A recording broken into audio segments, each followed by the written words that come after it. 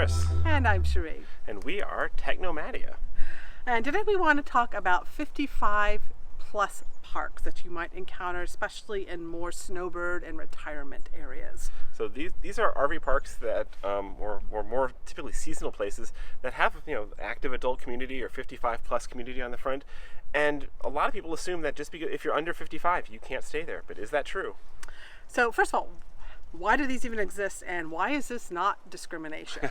And this is actually part of the Housing for Older Persons exemption, which is officially part of the Fair Housing Act, which is specifically protecting residents from discrimination.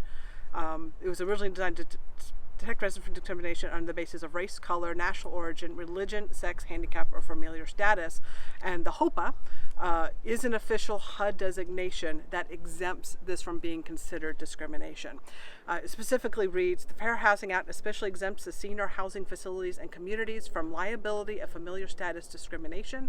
Exempt senior housing facilities or communities can lawfully refuse to sell or rent dwellings to families with minor children. And there's several reasons why a community might seek this sort of designation.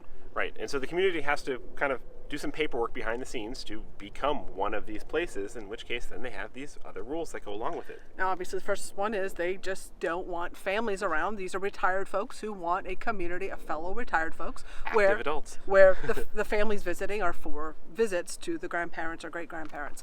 Totally understandable.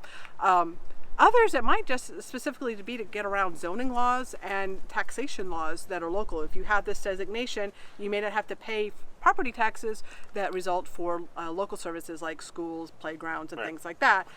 So it's actually advantageous to be able to run these communities. But again, we're not lawyers. We're not. There's legal reasons why these places exist. They are legal, but now the rules don't mean that you cannot stay there across the board, though.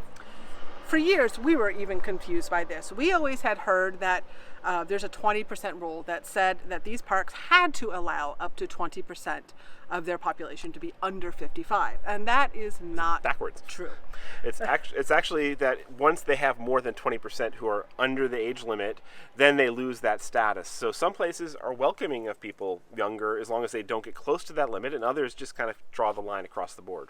So don't hesitate to ask. Some of these communities are more than happy to have younger people around, even kids. They actually appreciate the youth energy coming in as long as they haven't met their 20% cap, and they're willing to actually do the documentation to prove that they are staying under the 20% designation. Right. So you'll find, especially off-season, it's not a problem in most parks. And even in-season, they're amenable to some percentage of their population being under 55.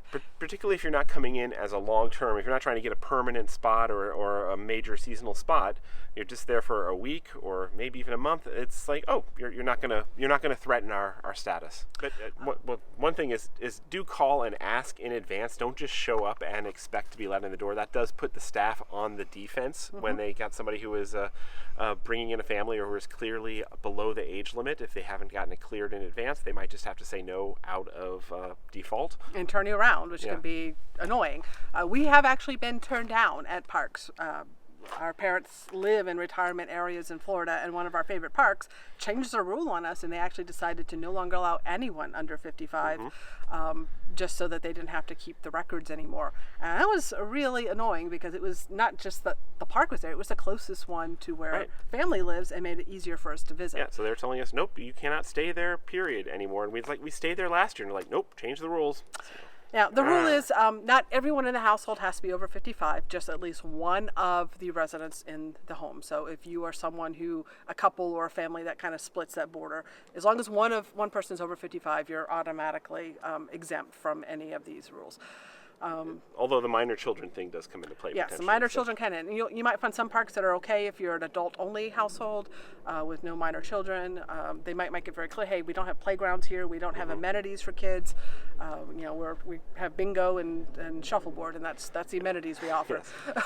and you can be upset with that, but that's the law. That's the way these communities have been set up for years and years and years now, so it's really not worth making a fuss about. Go find someplace else if that's not the right fit for you. It can be especially annoying, though, in popular snowbird areas where many RVers are coming into select locations in droves to escape the cold, and you start hitting park after park after park that is no longer allowing anyone under 55 in the park. And it does get annoying. We totally understand.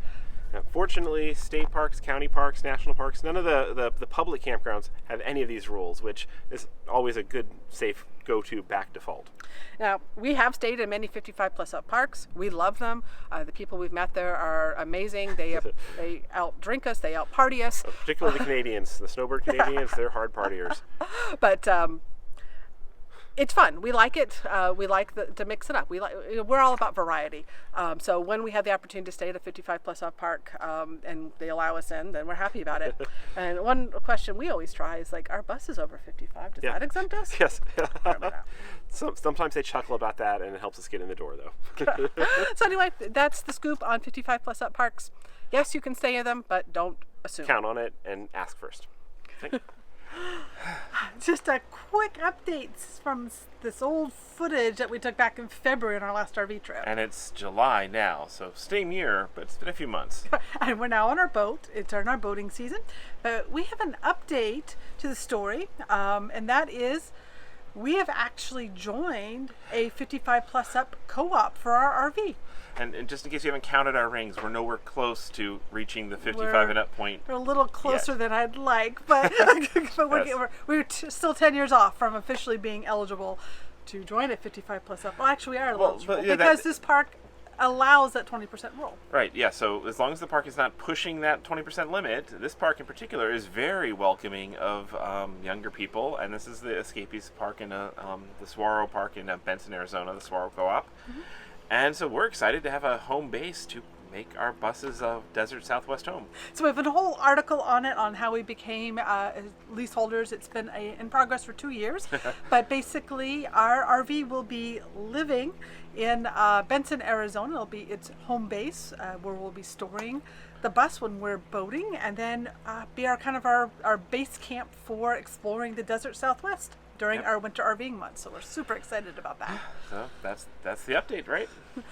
Yes. So we took a couple more RV video clips from back in our last RV trip, and we'll continue to integrate them in. I know it can get a little bit confusing in the timeline if you're trying to follow along with our cruising season right now, but we didn't want our RV viewers to get bored either. So mixing it up. So yes, we're July, still in Florida, still on the boat. And looking forward to some big RV adventures coming up, starting with a New Year's Eve party out in the desert. So yes, so we're already starting to book up our events for the winter out in Arizona, in the bus, not the boat, because the boat doesn't go to Arizona very well. No, it's not. All right, guys, have a great rest of your summer.